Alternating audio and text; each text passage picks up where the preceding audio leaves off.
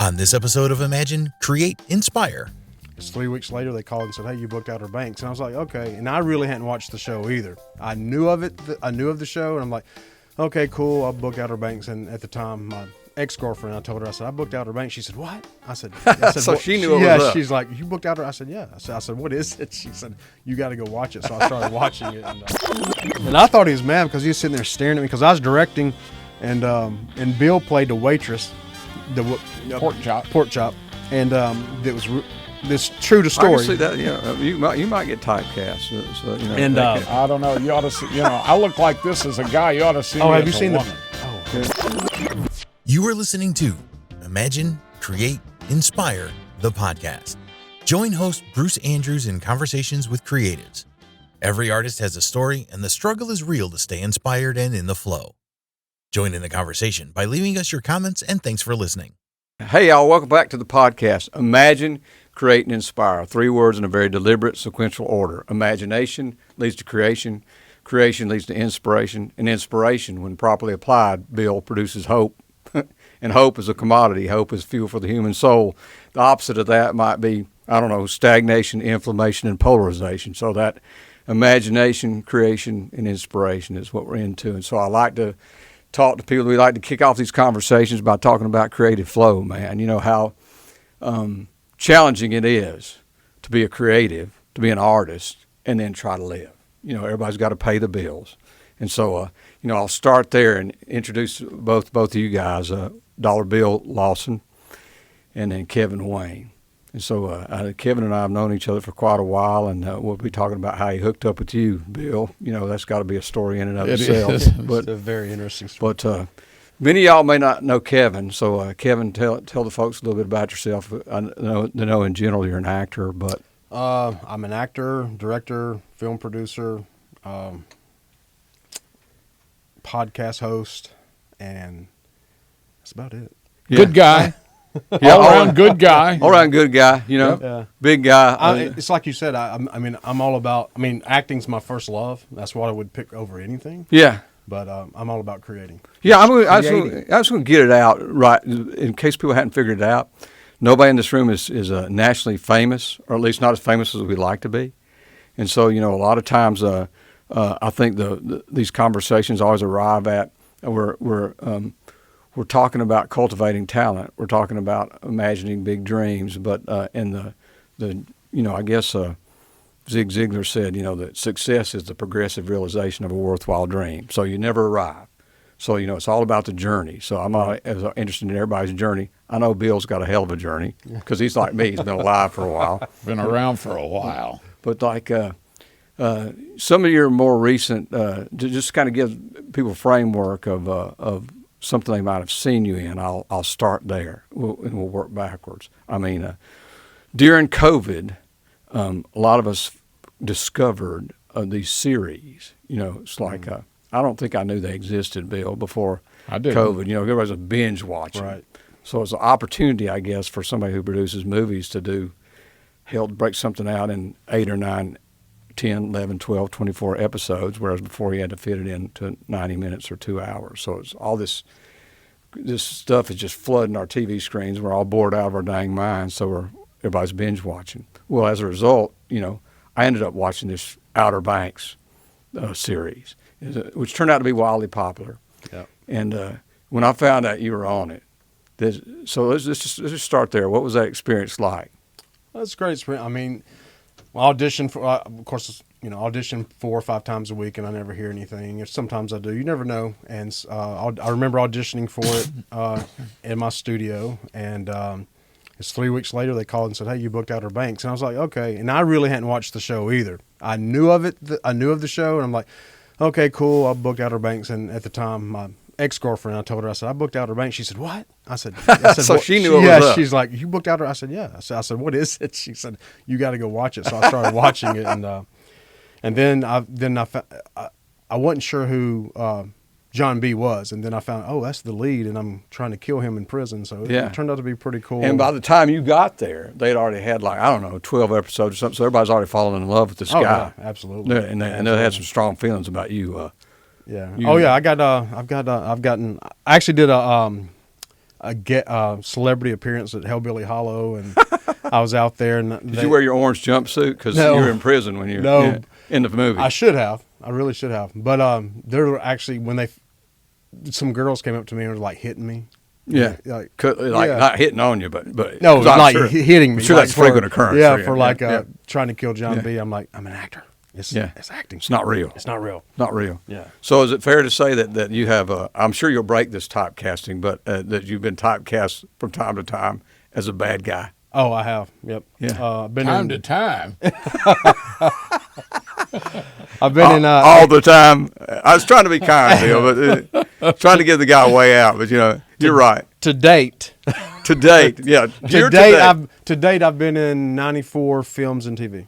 94. And some of them are not even out yet. And so of the 94, well, you pretty much always bad guy. always the guy, always the bone crusher. But Yeah. I just booked a film, which I'm under NDA, but I just booked a feature film, which is really cool, and I'm not playing a bad guy.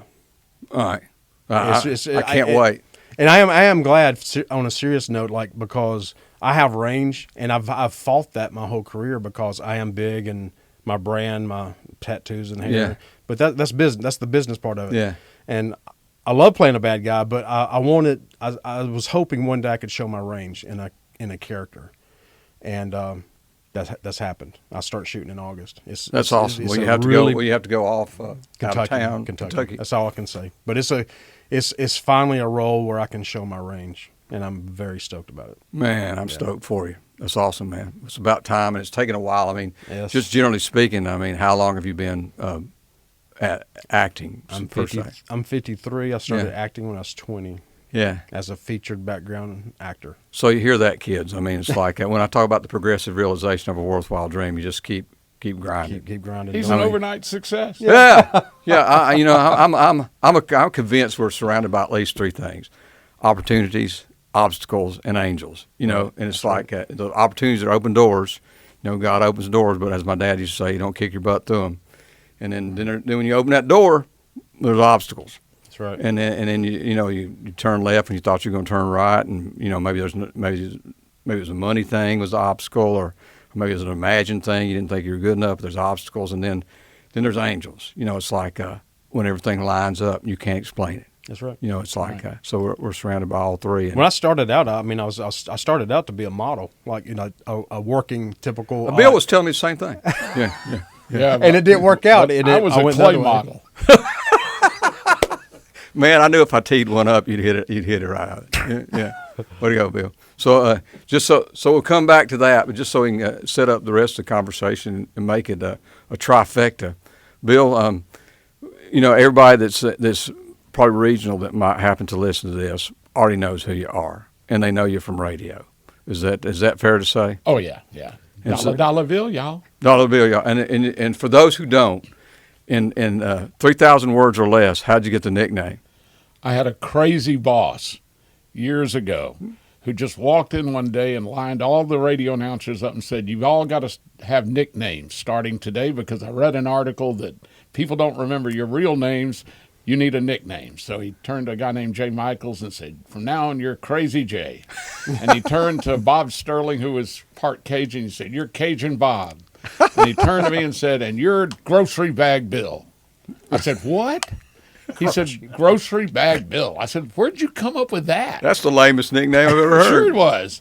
And it's because I was giving away $50 worth of Food World groceries or something, for a little short term for a promotion. So I said, "Nah."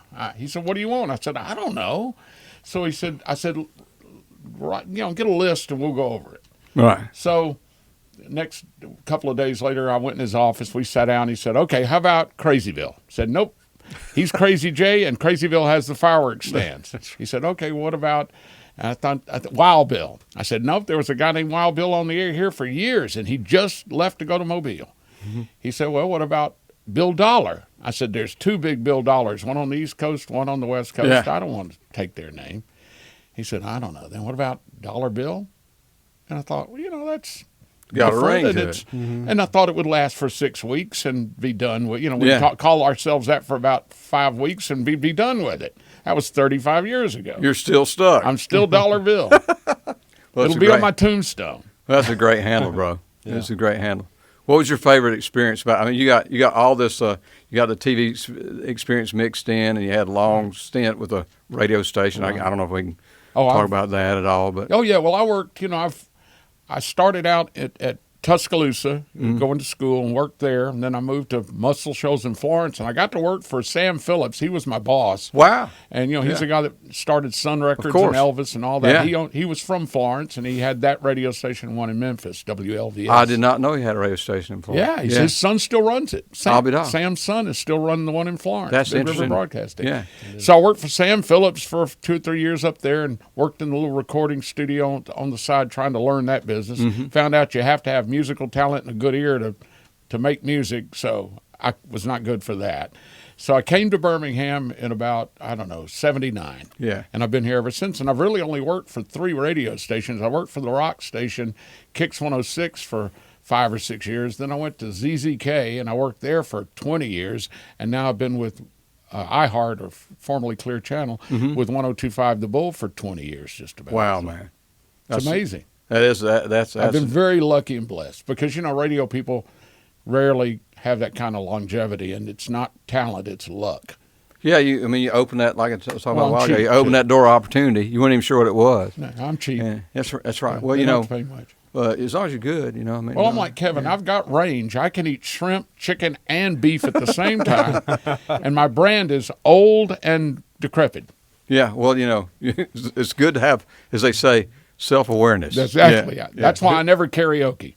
Bill's also been heavy theater actor too. He slept that off. I did a lot of theater in college and for years after.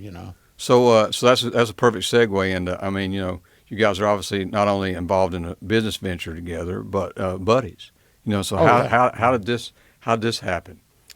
Should we tell them how we got together? I mean, pretty much whiskey and cigars. Cigars and Harper Lee's. Harper Lee's from local. What used to be local. Oyster House. Thanks, Sean. Yeah, awesome, man. Yeah, absolutely. Yeah, we were in there one night. Shout out to Sean Wright. Somebody told me there's a guy out there you might know or want to meet. He's an actor. His name was Ray. Yeah, he came up to me too. He said, Ray.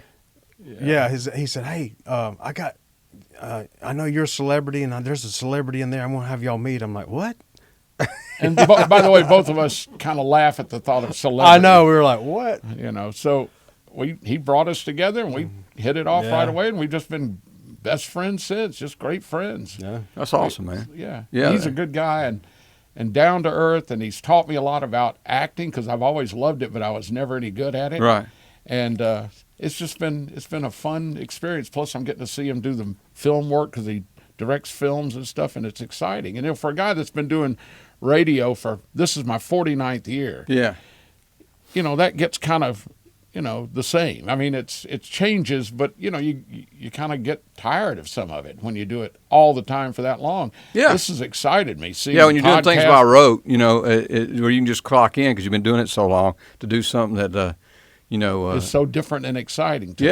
It's going to keep you young, bro. Well, failed with this, but Well, I'm in the same boat, so I'm just. That's why I love doing what I do, because every production's different, every movie's different, every character's different. Well, yeah, for the most part, every other characters I play, but everything's different. You're tackling a different creative, synergy. So that sort of opens the door of what is your? Do you have a go-to technique to get into the character? Or can you put it? Or is it different every time? Just for instance, this last or methodology, or I'm not method, but I've trained a lot, and I've learned from other teachers and actors, and I've taken bits and pieces of all their stuff and made my own. And that's what I teach. I teach acting class. That's what I teach. But just for instance, like this movie I just booked, it's a very dynamic character, and I auditioned, and then I had a Zoom callback, and it's a very emotional scene, very emotional, crazy scene. And I was having a Zoom callback. I'm like, okay, because I've been in a Zoom callback before. When the casting director, usually it's the casting director. So for everybody that may not be hip to what you're saying, you've gone and done the in-person audition. No, there'll never be in-person auditions anymore because of COVID. I self-tape. It's called a pre-read, a self-tape. You'll tape yourself, then you send it in. And if Usually, I'd say 80% of the time I book off of my take. If I'm going to book, I book off the first. If you're reading. going to get it, they'll get it Right. first time. But So, this so time- you don't usually get the call back. Right. Yeah. And this time they wanted a callback. And it was going to be a Zoom callback. And I've been in those before. And usually, the Zoom comes up, and you got the casting director, the producer director, and your reader. Your reader is the person you're auditioning with. That's just called the reader. And in the beginning and usually they want to introduce themselves. Like, and you say, "Hey, I'm so and so and so." But in this scene too, the very opening scene, I'm very emotional, and So you got to come right out of the chute. with so it. I was like, how do I do this? I've never been in this situation before. So I prepped for an hour I started emotionally prepping an hour before that Zoom. And then, so when they came up, I was already there. You already worked and up. The casting director's like, whoa, that's what Was he the said. emotion anger, or was it Crying. sadness? Crying. Yeah. Wow. So, so there's all kinds of processes. But use. then I can think of a lot of things that make myself cry. You see. Oh yeah. Well, You yeah, just- I have a huge every one. morning. No, I'm just kidding. Well, he I watched he showed me his Zoom Yeah. thing. It's amazing. I mean, it's like transformative. It's just as well as I know him.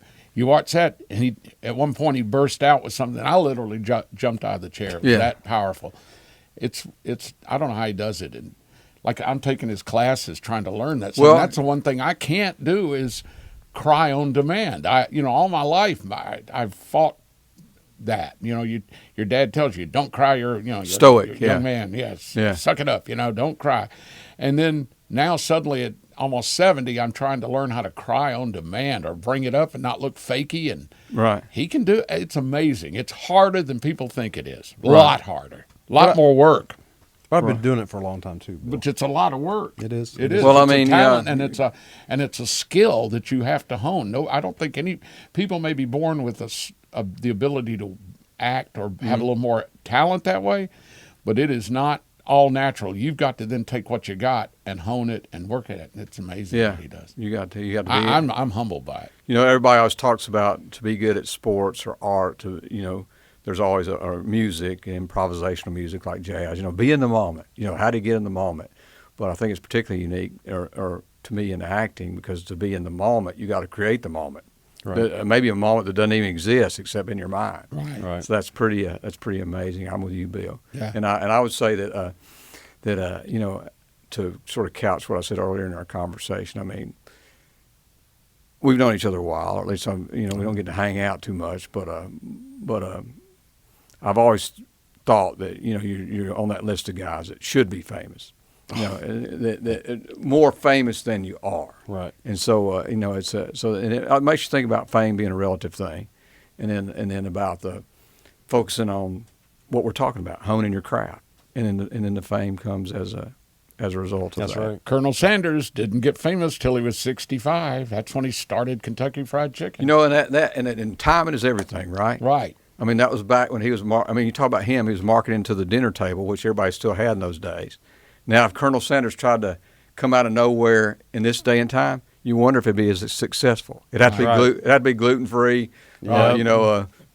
He's already on place now, so he's cut his row out there, but you wonder about if you're talking about that particular instance, whether it's Colonel Sanders or Steve Jobs or it's all a lot of it's timing. It is. It's a kind of that whole. That's true. It's timing. It's weird because I'm 53, and I'm just getting started.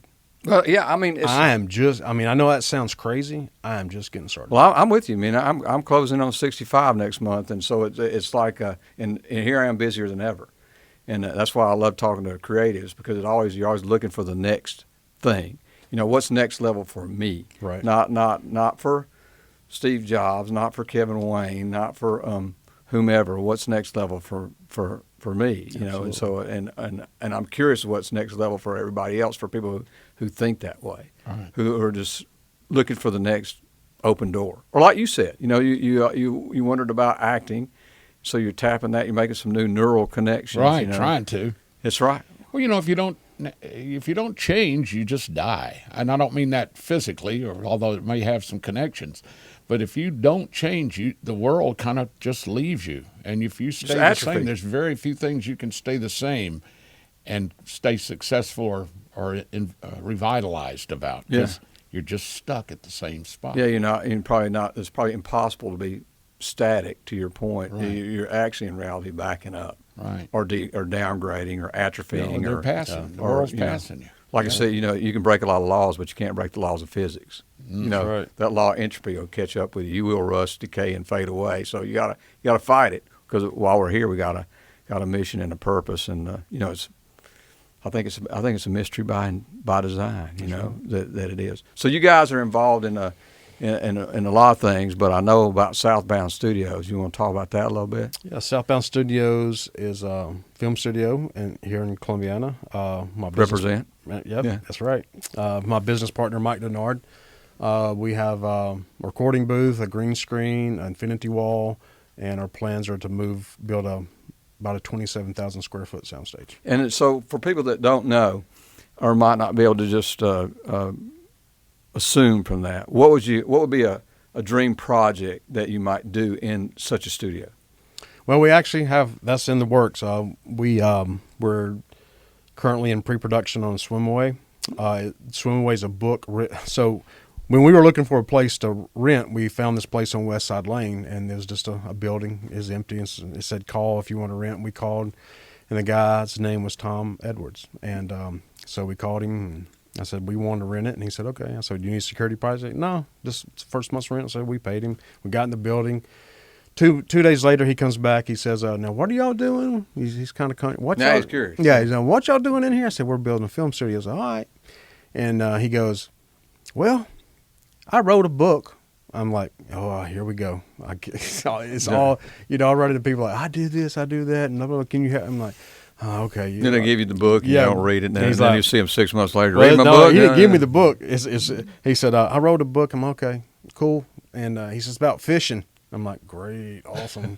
I mean, that's cool if people fish, whatever. Yeah. And then 2 days later, he came back. "Did y'all read that book?" I was like, he said, "Well, I don't have a hard copy. It's on Kobo." I'm like, "So it's just electronic, it's electronic." I said, "Okay." So Mike goes home and he reads it. Mike calls me the next day. He says, "Kevin, this is a TV series." I'm like, "What?" He said, "This is a TV series." I'm like, "You got to be kidding me." He said, "Read the book." So I read the book and I was like, "Wow, it's crazy." This Can you tease it a little bit? What kind Oh of yeah, it's about? it's about a young man that was born. He was disfigured, and his parents just didn't want him because he's disfigured, and they gave him up for adoption. And he was passed through foster home, and kids started making fun of him. And long story short, he got fed up with everything. He got in some trouble, went to detention, and then he swims away to the Florida Keys. Literally. Yes. I mean, and it's almost like Outer Banks, but more adventure, Yeah. much more adventure. It's That's saying something. yeah. And so we were just blown away, and we talked to Tom, said, "Can we have film and TV rights?" He signed it over to us, and it's already been adapted. The lady that wrote Blood Type, Yeah. she adapted it to screenplay for a TV series. We got our first episode. She's working on the second episode, and then we're going to be shooting hopefully by the fall or end of the year. Oh, wow. So you're kind of doing read-throughs and stuff now? Yeah, and it's funny because we're here in Columbiana, and there's a Columbiana man that wrote a book that's probably going to be on Netflix. Yeah, if you don't, Our goal is Netflix, If people you are know? listening, I mean, we're talking about a small town in South Exactly. Shelby County in central Alabama. So it's, Do you know Tom Edwards? I do not know him. Okay. I love to meet him. I've heard you talk about him, and it's just another. I think Columbiana, Alabama. I'll just say I think it's like a vortex. Yeah. Bill, You read the book. Yeah, it's amazing. It's crazy I'm how like good him. it I is. thought, local guy. Okay, maybe it's okay. It's better than okay. And he's got 2 books now because he did a sequel to it.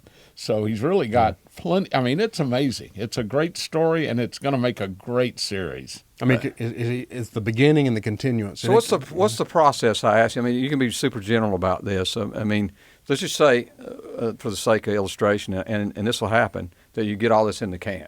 It's post produced and you're like, it's good to go, ready to launch. What do you court distribution, or do you have to get somebody to help you court the distribution? Well, my manager,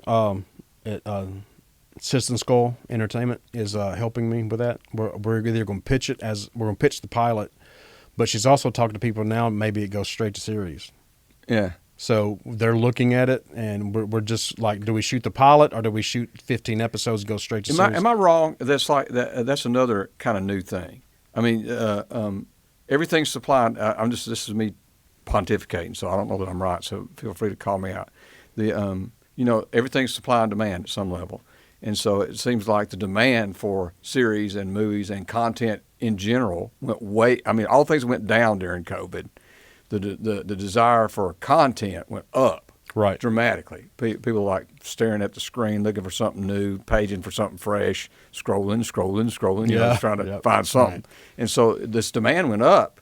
And so as a result, I'm assuming every soundstage in Atlanta or wherever they already were got booked like that. And so there was a need for it. That's right. So to me that's like, I don't know a lot about business, but that's business 101. Absolutely. I mean, I'm sorry. No, I was going to say that there's a need for it, not only premium content, but probably fast tracking it.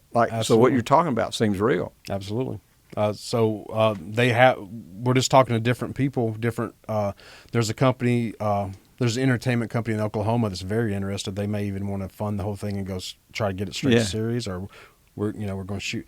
We'd have to shoot some of it there, but I want to shoot majority of it here in Columbiana. Sweet. Yeah. Yeah. And it's you feel like all the scenes you need are here until he gets to the Keys. Absolutely. Yeah. Cool. Yeah. The first two, probably the first 5 episodes will be small town, because he's in a small town, passed through foster home, goes to school, and deals with that. He gets on a swim team. That's where he gets in trouble, and then he goes to detention center, and then they're taking him somewhere else. He just jumps out of the truck and jumps in the river and swims have away. You cast it yet? I've cast the first episode. Yeah. So you kind of got your leads figured out. Mm-hmm. That's awesome, man. That'll be some fun. But to go back to what you were talking to, like you were talking about, they're like Netflix and Hulu, that they're buying up studio time and sound stages all over, even if they don't have anything to film. Just to block it off. Just to block it off. Yeah, in case. That's what I'm talking about. That tells you a lot, right? Well, I think it tells you a ton, because if you're looking for investors, and everybody is, and it's probably safe to say you guys are. I mean, it's it seems like it's not pie in the sky a lot of times people who are looking for investors are, particularly with arts related things, may be talking about something they're not quite sure of. They really don't have a proof of concept. This proof of concept and demand is in place. And so if you got the ability to produce some unique content and you got a way to fast track it, then right. I think that's exciting. real, man. It is exciting, Bill. I think that's real.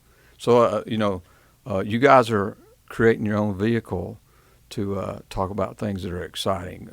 This Savage Talks Media, is that what you're going to call it? Yeah. Is that on the rails, or? Oh, it's Woo. I mean, y'all already do Savage Talks over cigars and whiskey anyway. Yeah, but right. but I mean, you're just going to officialize it. It's coming. We're working on pre-production stuff right now, because our concept for this podcast is kind of unusual. Wouldn't you say? Very unusual. We're not just going to talk and like, just sit around and talk. We actually are going to have pre-produced bits and fun stuff so that we can break it up with entertainment bits, almost kind of like a Saturday Night Live versus meeting a podcast. That's exactly how we describe it. It's like the podcast is going to have a Saturday Night Live type skit, Yeah. And we've already shot one. We have.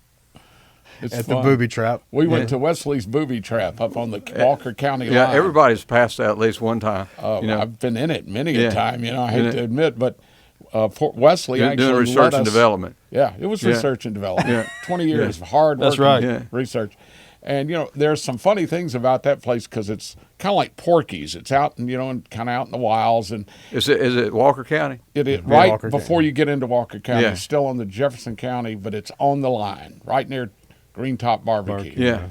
And, there's been stories over the years coming out of there that have been bigger than truth. about the one-legged stripper and the midget stripper and things that never really probably occurred, Right. maybe, but they're plausible. Yes, and we decided to make it real. So, we're doing some fun stuff, and Wesley was nice enough to let us have the club all one day to film in there. So, I mean, there's just from having driven by. I mean, you don't have any lighting problems because there's no windows, right? So it's none. Yeah. none. Yeah, Bill told me this story about way back in the day. I'm like, oh, that's a very interesting story.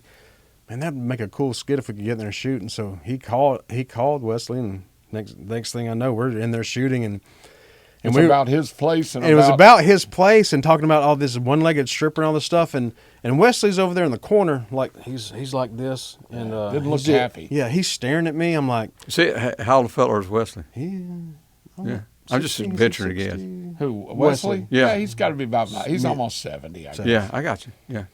So, and he's in the corner, he's staring at me, and we're directing, and we're totally making fun of this Wesley's. place. We are. Yeah. And I'm It's like, not the first rodeo for him. yeah, I'm like, I don't think. Did Bill tell him we was making fun of this? I don't, because Did he warn him? Yeah. I didn't really. He did. I mean, I said we're going to do a thing in Wesley's about a strip club, and it's really kind of based on your place. When it was over, he loved it. He But said, I thought he was you mad. You hit all the things I've heard people talk about my place. And I thought he was mad because he was sitting there staring at me because I was directing, and Bill played the waitress, the pork chop, and that was this true to story. I can see that. Yeah, you might get typecast. So And, I don't know. You ought to see. I look like this as a guy. You ought to see me have as you seen a woman. hold on. Can you, Anyway, oh I my was God, don't. yeah, I was we can grab that frame and drop it in. Can you? I was It's worried. spooky. Yeah, I was worried. I said, Bill, I think he's pissed. Like we got a lot to do, and we're making fun of because we actually cast a one-legged a lady. She was cool with it, and then she got sick. She couldn't do it. So I'm like, crap. And so a friend of ours said, well, I know a biker. I'm like, what do you mean? I know a biker's got one leg. He'll do it. I'm like, He's a real biker thin. is going to come out and play a woman? She said, yeah. So he came out, and I'm like, here he showed up, and wasn't a pretty sight. He did pretty good on the But pole. he did pretty though. good on the He pole, did, but he wasn't pretty It wasn't a sight. pretty sight, but neither was I. So basically, what we're Pork building chop. here is a preview of potentially the first podcast. Yeah, that's probably going to be in one of our first ones. Let me see that. That's me. Oh my Bill, gosh, that's Bill as pork chop. Yeah, I get. You know what comes to mind right looking at it? That Andy Griffith thing. Hello, doll. That's That's oh my it. God. That is it. All right, That's here's it. pork chop. You ready?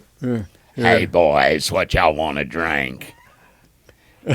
You boys see that little gal dancing up there on the dance floor? Yeah, that's my grandbaby. That's how That's she it talks. right there. And we had doll. to shoot. Hello, doll. And Bill was and so the whole podcast group is there, so we had to shoot Bill's stuff.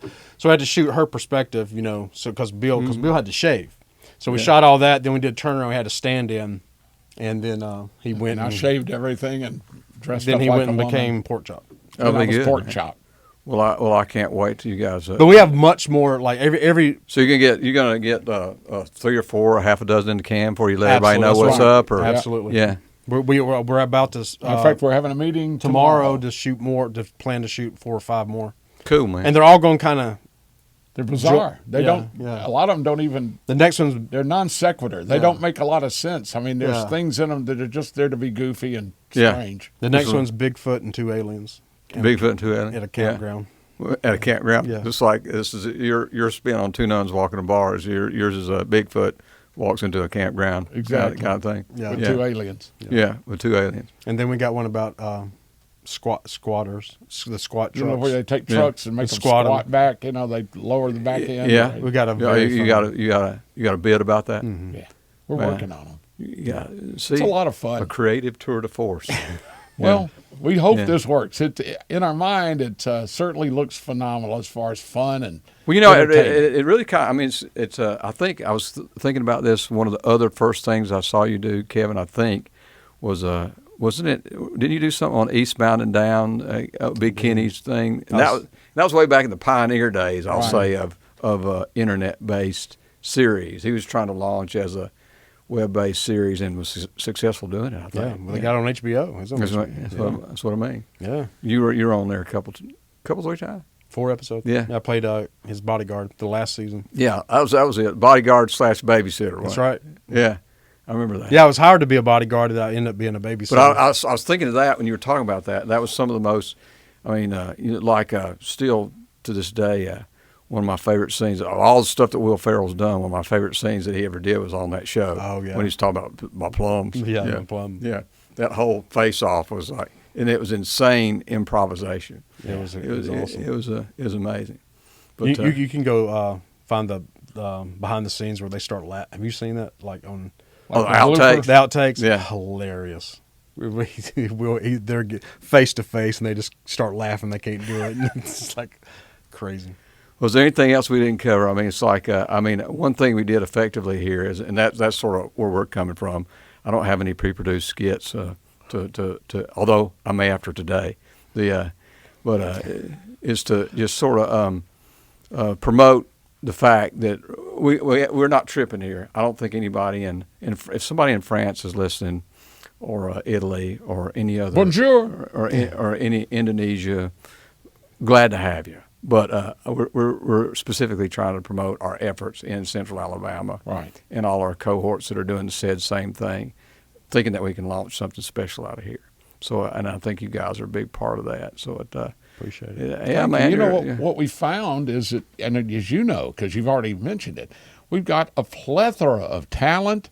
We've got great visual scenes. I mean, we've got great land and landscaping and stuff for shots. We've got the potential to do just about anything we want to do if we just go after it. Basically, it's just do it. I agree, Bill. It doesn't matter. Central Alabama's all of Alabama, but Central Alabama's got it all. I agree. Musical talent, production talent. Right. We used to have such a vibrant musical scene like in Birmingham back in years past, and that kind of got thin. But their talent is still there. It's just a lot of them don't have the venues or the spotlight to highlight them.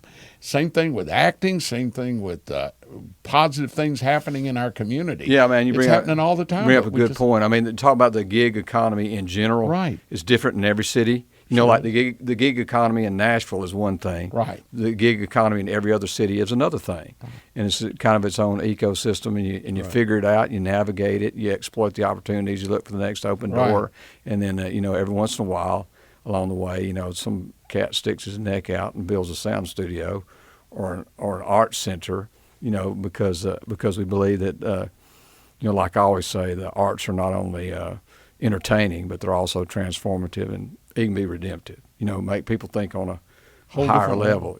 Try to bring people on some kind of common ground. Right. So conversations can be had instead of fights and arguments and that sort of thing. So it brings people together that are so different in other ways. The arts can bring everybody together on a level playing field. Oh yeah, and enjoy the same things and find the same meaning out of stuff. Yeah, I would say, my wife has been teaching dance for 42 years. Now, the significance of that is a statement in and of itself. But I personally know that she has put young girls that would be on otherwise maybe on a trend toward depression, or which preteens have a tendency to be even more so than ever, and or maybe even, God forbid, suicide. I know personally that she's made a difference in their lives. Teenage suicides are at its highest level it's ever been. So I know the arts, connecting with people and getting them to flip that switch to the imagination, where they start thinking creatively. Then there's always a vista out there to produce some hope, as opposed to, staring at social media or the news media at large and just constantly being inundated by negativity. And I know it's affected me as an adult, especially during the pandemic. Yeah, I had to shut some of that stuff off. It was starting to overwhelm me. Well, if you had a creative vista, it was being buried by the fact that just like, people wake up to their phone. Maybe the first thing, not for me anymore, but the first thing you do is look at your phone. It's like, and then worry about what other people think of you or don't think of you, and that sort of thing. Fear of other people's opinions, and that's a amazing. Just kill your imagination. It's kind of ironic. I mean, you got this more computer processing in your hand than you could have put in an 800 square foot room 20 years ago or 30 years ago. And so you would think if somebody told you that, told me or you that at our age, 30, 40 years ago, you'd think, well, that would be an amazing thing to spark the imagination. Yeah. Well, it's turned out to be an imagination killer if you don't watch it. Yeah, it feeds you. Yeah. So the only way I see to fight that is to try to produce these situations where you're hanging out with other creative folks. That's right. Even if they're not in your vein, you're all running on parallel tracks. Like I never know where down the road where the three of us or the two of us or whatever are going to collaborate. Right. I mean, Philip and I that's producing this podcast, he's been in the video business before it was cool. He was doing it how long ago, Philip? 31 years. Wow. So, and we've known each other that long. And if you told us 31 years ago we'd been in a 30,000 square foot art center in Columbiana, Alabama, sitting down with an actor and dollar bill doing a podcast. Well, I was going to bring that up too. Dude, you're tripping. I was going to bring that up too. Years ago, Bruce asked me to meet him for coffee, and it's Starbucks. We had to go to Target though because he couldn't be seen at the other. But he told me he was. I guess I could. Yeah, absolutely. He told me he said I'm leaving Starbucks. We had just really met, and I directed some of their videos, and we became friends. And he said I'm leaving Starbucks. I'm going to be running the Arts Council in Shelby County. I'm like, okay, cool. And then it wasn't. He was here like no time, and he's the reason this is here. Well, it was a collaborative effort. I appreciate the props, but I mean, to Kevin's point, at the time, I had plenty of art commissions and was playing band gigs, but the only thing I couldn't get for myself was health insurance. And so I went to Starbucks to get to complete the picture and get health insurance. And of course, it worked out. I was working there from 5 a.m. in the morning to 11 a.m., basically speaking, and then doing my art gigs afterwards. And of course, the good fortune of that was I met Kevin. So you never know where the roads are going to take you. God bless the broken road. Couldn't say it better myself. Somebody should write a song. Yeah, shouldn't they? Yeah, right What on, was that man. title? God bless the broken road write that that led down. me straight to you. Yeah, that's a hook, man. Yeah. Yeah. Rascal Flats, wasn't it? Yeah, man. Well, I enjoyed the heck out of it. Well, this has been fun. We'll drop Philip will drop all the contact information and the links to whatever ones you want for Southbound and otherwise at the bottom of the podcast, and we'll release this first on Facebook, and then after that, I'll archive on YouTube, and then go to the new Roku channel that we've established for SCAC TV eventually. Cool. So that'll be cool too. Nice. Gonna be famous, Bill. Well, you know what, this facility and what you're doing is just amazing. Like you said, here we are in Columbiana, Alabama, a little town in central Alabama. You've got a world-class facility, and you're doing as much as you can to try to promote the most amazing part of life, and that's the arts, because it's what gives us our purpose and our soul. Well, I believe it, brother. And and it couldn't be. It's like everything else. It's like the stuff you're doing. The most important thing to realize, or maybe one of the most important things to concede, is that the bigger the dream, the more the collaboration. The more the collaboration, the more you got to lay down maybe some of what you wanted to do. And so in this case, the Shelby County has been, and the city of Columbiana, and the Alabama State Council of the Arts, and the list goes on, the Daniel Foundation of Alabama. I mean, all those, if you walk into the Arts Council here, and I hope folks do, there's intentionally a wall when you first come in. And you've seen a million of them. We try to make ours bigger than usual to say thank you to everybody who believes what you just said, that collaborates with us to keep this spaceship in flight, And that's what I always say. I mean, everybody says, where's it at? I say, it looks like a big spaceship landing in Columbiana. I love it. That's us, man.